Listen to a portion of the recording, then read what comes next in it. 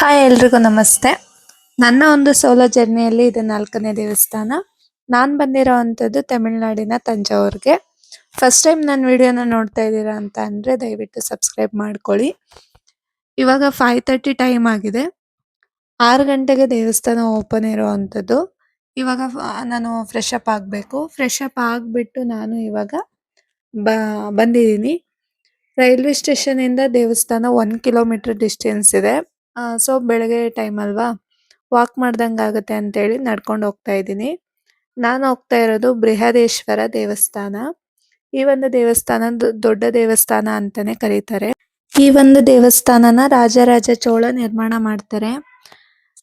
ಪೂರ್ವಜರ ದೇವಸ್ಥಾನ ಅಂತ ಅಂದ್ರೇನೆ ಹಾಗೆ ತುಂಬಾ ರಹಸ್ಯಗಳನ್ನ ಒಳಗೊಂಡಿರುತ್ತೆ. ಈ ದೇವಸ್ಥಾನದಲ್ಲಿ ಕೂಡ ತುಂಬಾ ರಹಸ್ಯಗಳು ಒಳಗೊಂಡಿದೆ. ಈ ಒಂದು ದೇವಸ್ಥಾನಕ್ಕೆ ಒಂದು ಶಾಪ ಕೂಡ ಇದೆ. ಆ ಶಾಪದ ಬಗ್ಗೆ ನಾನು ಮುಂದೆ ತಿಳಿಸ್ತಾ ಇರ್ತೀನಿ. ಕೊನೆವರೆಗೂ ವಿಡಿಯೋನ ನೋಡ್ತಾ ಇರಿ. ನಾನು ಇವಾಗ ದೇವಸ್ಥಾನದ ಹತ್ರ ಬಂದಿದ್ದೀನಿ.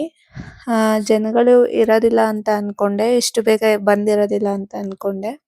ಬಟ್ ಜನಗಳೆಲ್ಲ ಬಂದಿದ್ದಾರೆ. ಇವಾಗ 6:30 ಟೈಮ್ ಆಗಿದೆ. ನಾನು ರೆಡಿಯಾಗಿ ಇಲ್ಲಿವರೆಗೂ ನಡ್ಕೊಂಡು ಬರೋ ಅಷ್ಟರಲ್ಲಿ ಆಲ್ರೆಡಿ 1 ಅವರ್ ಆಯಿತು. ಈಗ 6:30 ಟೈಮು. ಜನಗಳು ಬೇಗ ಬಂದಿರೋದ್ರಿಂದ ಜನಗಳು ಅಷ್ಟೊಂದು ಜನ ಇಲ್ಲ. ಬಟ್ ಆದ್ರೆ ಆಮೇಲೆ ಜನಗಳು ಬರ್ಬೋದು. ಇಲ್ಲಿ ಹೂಗಳು ಮತ್ತೆ ಪೂಜೆ ಸಾಮಾನೆಲ್ಲ ಇಟ್ಟಿದ್ದಾರೆ. ಯಾಕೆ ಅಂತ ಅಂದ್ರೆ ಪೂಜೆ ನಡೆಯೋ ಕಾರಣದಿಂದ. ಕೆಲವೊಂದು ದೇವಸ್ಥಾನಗಳಲ್ಲಿ ಪೂಜೆ ನಡೆಯೋದಿಲ್ಲ. ಯಾಕೆ ಅಂತ ಅಂದ್ರೆ ಅಲ್ಲಿ ಗರ್ಭಗುಡಿ ವಿಗ್ರಹ ಇರೋದಿಲ್ಲ, ಇಲ್ಲಾಂದ್ರೆ ನಾಶ ಮಾಡಿರ್ತಾರೆ. ಹಾಗಾಗಿ ಪೂಜೆ ನಡೆಯೋದಿಲ್ಲ. ಕೆಲವೊಂದು ಹಳೆ ದೇವಸ್ಥಾನಗಳಲ್ಲಿ ಪೂಜೆ ನಡೆಯುತ್ತೆ. ಯಾಕೆಂದ್ರೆ ಅಲ್ಲಿನ ವಿಗ್ರಹಗಳು ಚೆನ್ನಾಗಿರುತ್ತೆ, ಹಾಗಾಗಿ ಪೂಜೆಗಳು ನಡೀತಾ ಇರ್ತವೆ. ಈ ಒಂದು ದೇವಸ್ಥಾನದಲ್ಲಿ ಕೂಡ ಪೂಜೆ ನಡೆಯುತ್ತೆ. ಇಲ್ಲಿ ಚಪ್ಪಲಿನ ಇಟ್ಬಿಟ್ಟು ನಾನು ಒಳಗಡೆ ಎಂಟ್ರಿ ಆಗ್ತಾ ಇದ್ದೀನಿ. ಇಲ್ಲಿ ನೋಡಿ ಚಪ್ಪಲಿ ಸ್ಟ್ಯಾಂಡ್ ಇದೆ, ಮತ್ತೆ ಇದು ಫ್ರೀ ಇದೆ. ಆದ್ರೂ ಕೂಡ ಇಲ್ಲೆಲ್ಲ ಚಪ್ಪಲಿಗಳನ್ನ ಬಿಟ್ಟಿದ್ದಾರೆ. ದಯವಿಟ್ಟು ಸ್ವಲ್ಪ ಶಿಸ್ತನ್ನ ಕಾಪಾಡ್ಕೊಡಿ ಹೋಗಿದ್ ಕಡೆ. ವಿನಾಯಕನ್ಗೆ ಒಂದು ನಮಸ್ಕಾರನ ಹಾಕ್ಬಿಟ್ಟು ನಾನು ಒಳಗಡೆ ಎಂಟ್ರಿ ಆಗ್ತಾ ಇದ್ದೀನಿ. ನಾವು ಇಲ್ಲಿ ಇದು ಏನು ಎಂಟ್ರಿ ಆಗ್ತಾ ಇದೀವಿ, ಇದು ಜಸ್ಟ್ ಆರ್ಚ್ ತರ. ಇಲ್ಲಿ ನಮ್ಗೆ ಎಂಟ್ರಿ ಆಗಿದ ತಕ್ಷಣ ನಮ್ಗೆ ಒಂದು ಗೋಪುರ ಸಿಗುತ್ತೆ ನೋಡಿ. ಗೋಪುರ ಚಿಕ್ಕದಾಗಿದ್ರು ಕೂಡ ತುಂಬಾ ಅದ್ಭುತವಾಗಿದೆ, ನೀವು ನೋಡ್ತಾ ಇರ್ಬೋದು. ಈ ಗೋಪುರದ ಪಕ್ಕದಲ್ಲೇ ಈ ದೇವಸ್ಥಾನದ ಬಗ್ಗೆ ಹಾಕಿದ್ದಾರೆ. ಎಷ್ಟಲ್ಲಿ ಕಟ್ಟಿದ್ದು, ಯಾರು ಕಟ್ಟಿದ್ದು ಅನ್ನೋದ್ರ ಬಗ್ಗೆ ಮಾಹಿತಿನ ಹಾಕಿದ್ದಾರೆ. ಮತ್ತೆ ಟೆಂಪಲ್ನ ದೇವಸ್ಥಾನದ ಬ್ಲೂ ಪ್ರಿಂಟ್ ಕೂಡ ಹಾಕಿದ್ದಾರೆ. ಎಲ್ಲೆಲ್ಲಿ ನಾವು ಏನೇನ ನೋಡ್ಬೋದು ಅಂತ ಹೇಳ್ಬಿಟ್ಟು ಹಾಕಿದ್ದಾರೆ. ಯಾವ ದೇವಸ್ಥಾನ ಇದು ಅದ್ರ ಬಗ್ಗೆ ಹಾಕಿದ್ದಾರೆ. ಈಗ ನಾವು ಎಂಟ್ರಿ ಆದ್ರೆ ಇಲ್ಲಿ ಒಂದು ಕೂಡ ಗೋಪುರ ಇದೆ. ಇದು 2ನೇ ಗೋಪುರ. ಈ ಗೋಪುರದ ಪಕ್ಕದಲ್ಲೇ ನಮ್ಗೆ ಲಗೇಜ್ ಕೌಂಟರ್ ಸಿಗುತ್ತೆ. ನಮ್ಗೆ ಲಗೇಜ್ ಜಾಸ್ತಿ ಇದೆ ಅಂತ ಅನ್ನೋರು, ತಗೊಂಡು ಹೋಗೋದಕ್ಕೆ ಆಗೋದಿಲ್ಲ ಅಂತ ಅನ್ನೋರು ಇಲ್ಲಿ ಇಟ್ಟು ಹೋಗ್ಬೋದು. ಮತ್ತೆ ಟಾಯ್ಲೆಟ್ಸ್ ಎಲ್ಲ ಇದೆ ಇಲ್ಲಿ. ನಾವು ಬೇಕಾದ್ರೆ ಇಲ್ಲಿ ಕೂಡ ರೆಡಿ ಆಗ್ಬೋದು. ಇದೆ ನೋಡಿ, ನಾವು ಎಂಟ್ರಿ ಆಗಿದ್ದ ಗೋಪುರ. ಈ ಗೋಪುರದಿಂದ ಎಂಟ್ರಿ ಆದ್ರೆ ಇಲ್ಲೊಂದು ಗೋಪುರ ಇದೆ. 2 ಗೋಪುರಗಳು ಸಿಗುತ್ತೆ ನಮ್ಗೆ ಎಂಟ್ರಿ ಆಗ್ಬೇಕಾದ್ರೆ. ಅಂದ್ರೆ 3 ಸಿಗುತ್ತೆ. ಅಲ್ಲಿ ಚಿಕ್ಕದಿದೆ, ಅದು ಜಸ್ಟ್ ಆರ್ಚ್ ತರ ಇದೆ. ಇದು 2ನೇ ಗೋಪುರ. ಈ ಗೋಪುರ ಎಂಟ್ರಿ ಆಗಿದ ತಕ್ಷಣ ನಮ್ಗೆ ದೇವಸ್ಥಾನ ಸಿಗೋವಂಥದ್ದು. 2 ಕೂಡ ಒಂದೇ ತರ ಇದೆ, ನೋಡ್ಬೋದು ನೀವು. ಇದು ಜಸ್ಟ್ ಗೋಪುರ ಇದೆ, ಇದು ವಾಲ್ ಇದೆ. ಗೋಪುರ ಮತ್ತೆ ವಾಲ್ 2 ಇದೆ 2ನೇ ಗೋಪುರಕ್ಕೆ. ಇದು ಬರೀ ಗೋಪುರ ಇದೆ ನೋಡಿ ಇಲ್ಲಿ, ಆದ್ರೆ 2 ಒಂದೇ ತರ ಇದೆ. ನಾನು ಎಂಟ್ರಿ ಆಗ್ತಾ ಇದ್ದೀನಿ ಇವಾಗ ಒಳಗಡೆ. ನಾವು ಎಂಟ್ರಿ ಆಗಿದ ತಕ್ಷಣನೇ ನಮ್ಗೆ ದೇವಸ್ಥಾನದ ಆವರಣ ಸಿಗೋವಂಥದ್ದು.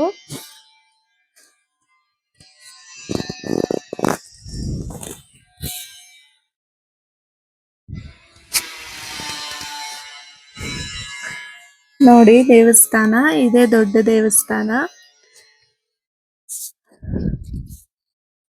ಈಗ ನೋಡಿ ಸೂರ್ಯ ಕೂಡ ಹುಟ್ತಾ ಇದ್ದಾನೆ. ನಾವು ಎಂಟ್ರಿ ಆಗಿದ್ದ ಇಲ್ಲಿ 2 ಗೋಪುರಗಳು ಕೂಡ ಕಾಣಿಸ್ತಿದಾವೆ ನೋಡಿ, ಎಷ್ಟು ಅದ್ಭುತವಾಗಿ ಕಾಣಿಸ್ತಾ ಇದೆ. ಬೆಳಗ್ಗೆ ಟೈಮಲ್ಲಿ ಎಷ್ಟು ಚೆನ್ನಾಗಿದೆ. ಇಲ್ಲಿ ಮೆಟ್ಲುಗಳು ನೋಡಿ ಎಷ್ಟು ಚಿಕ್ಕದಾಗಿದ್ದಾವೆ.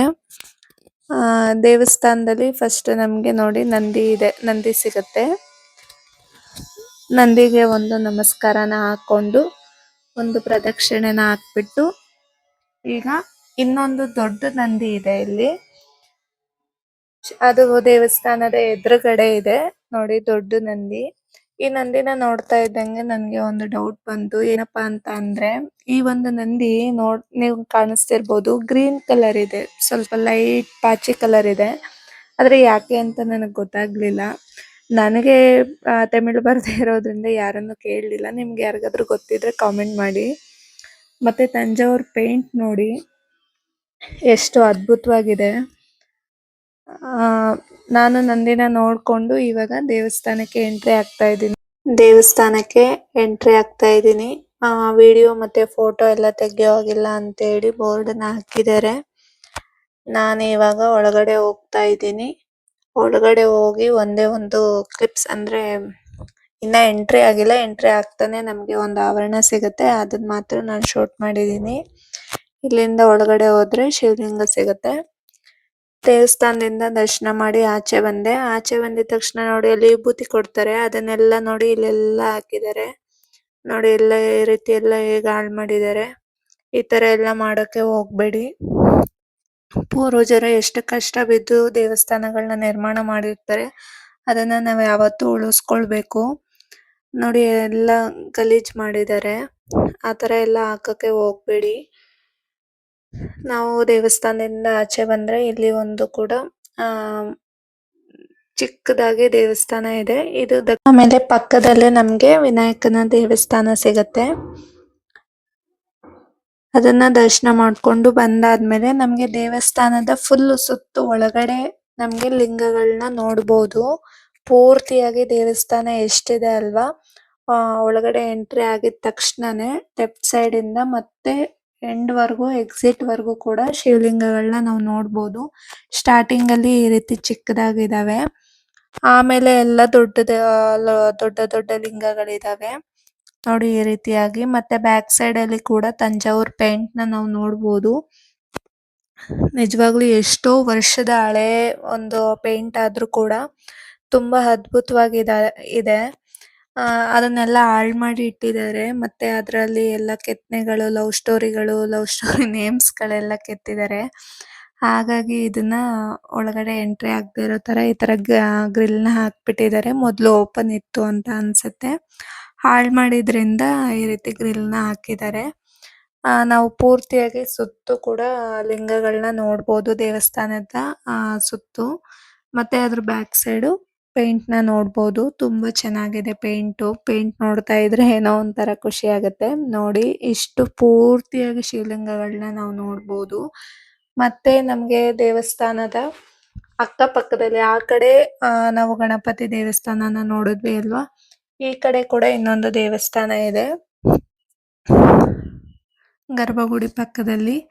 ಮತ್ತೆ ರಾಜರಾಜ ಚೋಳ ಇಲ್ಲಿ ಶಾಸನಗಳನ್ನ ಕೆತ್ತಿಸಿದ್ದಾರೆ. ಈ ಶಾಸನದಲ್ಲಿ ಧಾರ್ಮಿಕದ ಬಗ್ಗೆ, ಮತ್ತೆ ಆಡಳಿತದ ಬಗ್ಗೆ, ತೆರಿಗೆ ಬಗ್ಗೆ, ಮತ್ತೆ ನೃತ್ಯಗಾರ್ತಿಯರ ಹೆಸರುಗಳು, ಮತ್ತೆ ದೇಣಿಗೆ ಯಾರು ಕೊಟ್ಟಿರ್ತಾರೆ ದೇವಸ್ಥಾನಕ್ಕೆ, ಮತ್ತೆ ಯುದ್ಧ ಗೆದ್ದಿರೋದ್ರ ಬಗ್ಗೆ ಎಲ್ಲ ಶಾಸನನ ಕೆತ್ತಿಸಿದ್ದಾರೆ ಅಂತ ಹೇಳ್ತಾರೆ.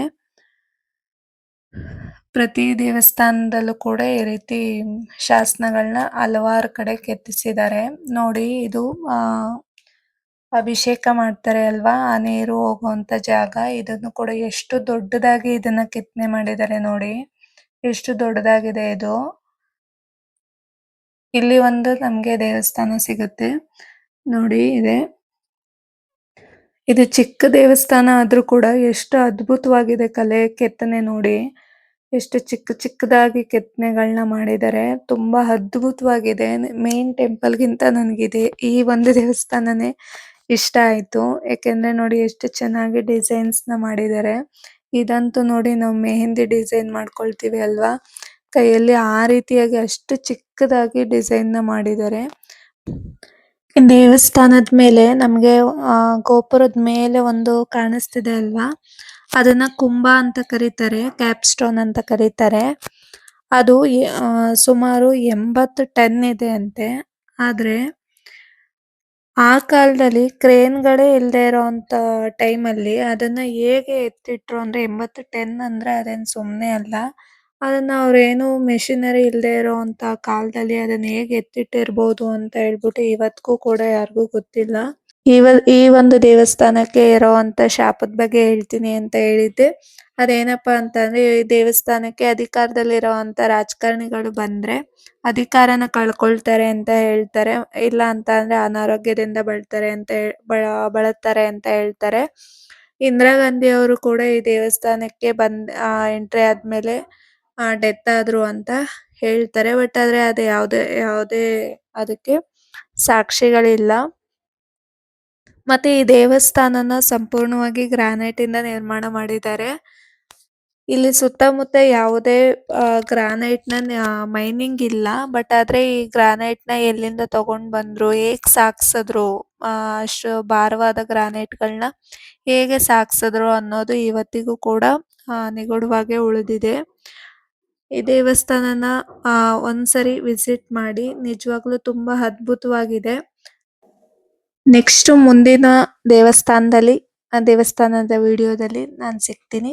ದಯವಿಟ್ಟು ವಿಡಿಯೋ ನೋಡ್ತಾ ಇರೋರೆಲ್ಲರೂ ಸಬ್ಸ್ಕ್ರೈಬ್ ಮಾಡ್ಕೊಳ್ಳಿ. Thank you.